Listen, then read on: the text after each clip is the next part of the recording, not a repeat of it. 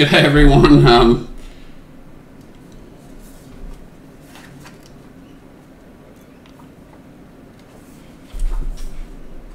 G'day everyone. Just a quick update for this Kensington meeting today. Some key scratchings and weather and stuff that's changed a little bit. So thought I'd just come back and sort of clear up and give a better idea of my latest thoughts on the meeting before we get into it today. Happy New Year to everyone. Hopefully it's a safe and happy and prosperous year for everyone. Here we go first. So interesting, this is, if no one's looked at, the Australian Turf Club put out this weather, what do they call it, weather tracker or something, wind and weather tracker. Very good for the meetings, that for the places they do put it out. This is Randwick, so northeasterly strong winds expected today. This gives you just a really clear indicator of what you're facing. So this part of the track is a bit more protected by grandstands and things like that from the nor'easter. You can see the back straight is certainly not downwind there today. So we had the opposite wind last week, horses getting smashed going down that back straight, which led to really slow tempos, and also leaders getting hit. This time around we've got the opposite. We've got the prevailing wind, the nor'easter, coming from the exact opposite side. So now we're getting hit. If you're sort of leading, so on the fence here in the 1400 metre, 1200 metre, even the 1000 metre chute, you're getting hit from the side. Then when you hit the straight, you're getting hit into your face around that circuit. So very careful of the fence in the run probably is not as good as it is with the southerly, and if you're getting protected from that wind, it can only be an advantage. And I'd expect the same in the straight. Maybe a little bit more difficult to lead and win than, with the southerly behind you. Just off speed with cover looks ideal for both circumstances. So to get a bit of cover from that wind hitting you from the side, and then a little bit of cover exposing late and down the middle. The track is a bit of a nightmare, not a huge amount of history on it, and they are tinkering with it from time to time. So history says that the fence can be better early in the day, and then as it goes on, they sort of tend to migrate towards the middle of the track. With the strengthening wind and that pattern in play, kind of got to look for horses sort of just off to midfield with cover getting to the middle of the track as the best position for the day. So that's how I've set it up. A little bit more soft on those on pace early in the program, and then as the day goes on, sort of placing more of a demand on having a bit of cover, ideally in the run, and getting to the better part of the track, unless you've got a really favourable tempo or a bit of class on the rest of your rivals. I'd suggest that's probably the best thing. But this is a good application, or not application, it's a website. Australian Turf Club, you go to racing, and then I think it's racing, sorry, I'll show you. Racing, you go to racing information, and then down the bottom, track and wind indicator. So that's about it for the track. As we go through the races, race 1, interested to see heavily backed Secret Revolution. I think it's like been $7 into 260. There were a couple of scratchings. Hell I Am's probably the main one that mattered to the betting. I think they do overreact to the Snowden runners when one gets back, so I wouldn't be surprised to see this horse get out a little bit closer to race time. Sorry about the New Year's Day.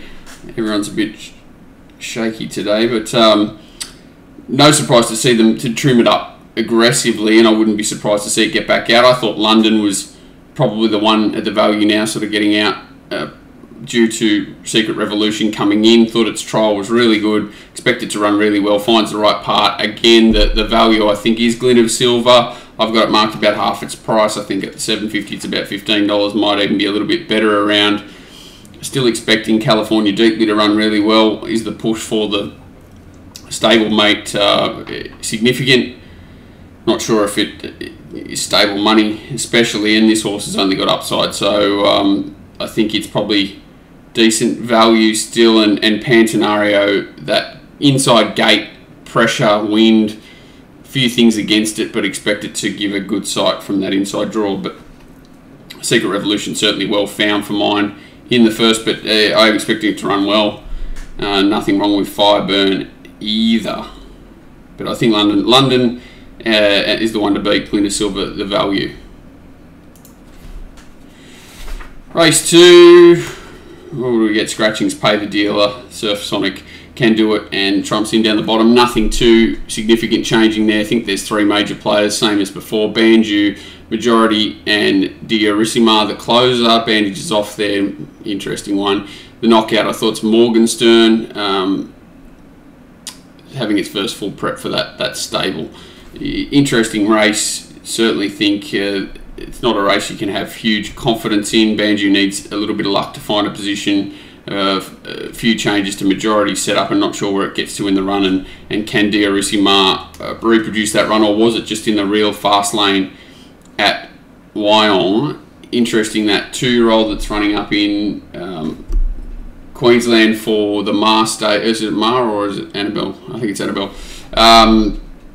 It was in that same fast lane, so interesting to see what happens there, whether these horses were just severely flattered. Still have to be put down as good performances, or they just found the conveyor belt and maybe a little bit more flattered than everyone knows. Alright, so race 2, main players Banju, Majority, Diarissima.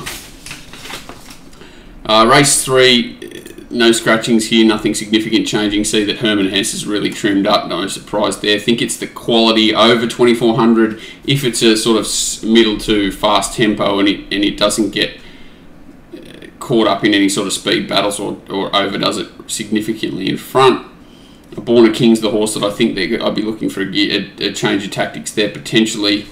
Sorry, I'll just check if there have been any. What have we got? Dragonstone to be ridden quieter with cover, Batiga to be ridden closer.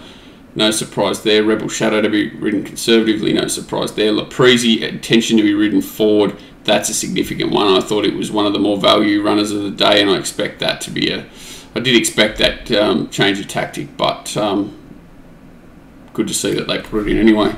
Nothing in the staying race at this stage. Born a King's the one I thought potentially could be, and I don't think there's any Waller change of tactics there. They usually come through in a batch, so keep an eye out for it potentially. If it's going to go forward, I think it can certainly improve. Black Queen gets the right run, and the other obvious choice in the race. Race 4, really tricky race. Scratchings haven't really made it easier. A damage-free state, Real Keen, Invincible Kiss don't really change the pattern of the race. I really didn't like it. I thought it's all about which horse gets the right run in the running line, so who gets the sort of 3 or 4 wide card up that they need.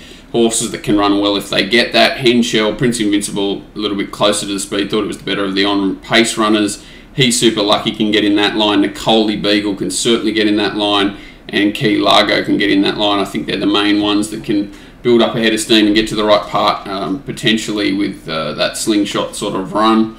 He's Super Lucky also can improve significantly. Concussion plates come off here, and was a forgive run last start. So a tricky race, looking for value there. I've got it marked $8 the field, so it's a very tough race for mine. Race 5, we got Selena Dreaming came out. Doesn't really change the map much, other than it was a bit of a possible forward or back horse. Celestine still the big query runner. If it runs up to that form it had in Melbourne early in its career and it's back with no issues, nose roll comes off 308 days, he can certainly run really well. And just scares the life out of me. Don't know whether it's going to run well or not. So if I'm betting in the race, it's Laprisi, very small at the sort of the $15 mark or whatever it is. Especially just ridden more forward. Thought it could run a race here, and it certainly represented the value to a certain extent. Irish Angel going really well, gets back. Nightmare, Esteed first up inside, so you've got queries there. Celestine first up, queries there. Fritz's Factor, I assume, gets back out at the back and has to rely on some sort of tempo to get into the race, so queries there. Moonshine Lady first up from New Stable, blindfolds, tongue tie, does control, but queries there. So and Forzanini steps up in grade. Rock Solid, it's going rock solid. Does it prefer soft? Still looks well found in the market, but runs well. Ruby Kisses off a short break, rolls forward and probably gets a soft run on speed, but maybe outside leader working into that breeze. So Query Field race, I thought Leprezi was the value. If you knew how Celestine was going, the race would be a lot clearer. You could certainly make decisions much clearer. Race 6, I'm still convinced that the two runners here that control the sprint home are Kerwin's Lane and Batiga. They should both get runs to suit. I think one will follow the other. I'm not sure which way it will go. Big Boy Roy can probably improve. Really well set up, but I think it's a little bit one-paced and vulnerable, and that's why I've got it third pick in the race. Purple Sector, I just don't like the rider change and where I think it's going to be in the run. Second up here, it certainly went nicely first up and is a talented horse. Just see the other two being in front of it and sort of out sprinting it, and it'd be the one chasing home and just missing out. Dream Circle a little bit one-pace too against these sort of types. So I think there's a clear edge to Kerwin's Lane and Batiga in race 6. Race 7. What have we got? Scratchings, Mr. Moppet, Secretively. Again, not a big change. Looks like De Groen will control the speed. Whether Ocean Emperor decides to put more pressure on this time or not is significant. I'm not sure. Does Dragonstone settle in front of Van Giz and Fast Coney? I think if it settles 5th behind the speed, it'll just out sprint them. Any luck at all. If it's 3 wide with the trail, even better. If it's 3 wide facing the breeze, I think it's still okay. I don't think it's impossible for this horse to win from that position. And I'd say it's probably an even money chance if it gets cover at worst. If it's 3 wide working and they're not going quick, I think it's probably a $3 chance, something like that. And if they go slow and it's 3 wide, it's probably $2.50 chance. So I'd say that its price is pretty right. Everything goes to plan. I think it'll be winning. I think it's a better than flip of the coin chance if everything goes to plan, let's put it that way. Big Rowan gets a nice run on speed, no doubt. Who gets the run behind the leader? That's Leo, most likely. And it gets its chance, but I think it's pretty limited at this level. Fast Coney out the back. Van Giz, I don't think can sprint past Dragonstone out the back. Ocean Emperor is probably slight value up on speed if it happened to be a real sprint home and it sort of sat outside the Grow and put and they took off 600 out, it could maybe out tough them, but it's sort of a fluker's hope at that. I think the race 7 is all about Dragonstone.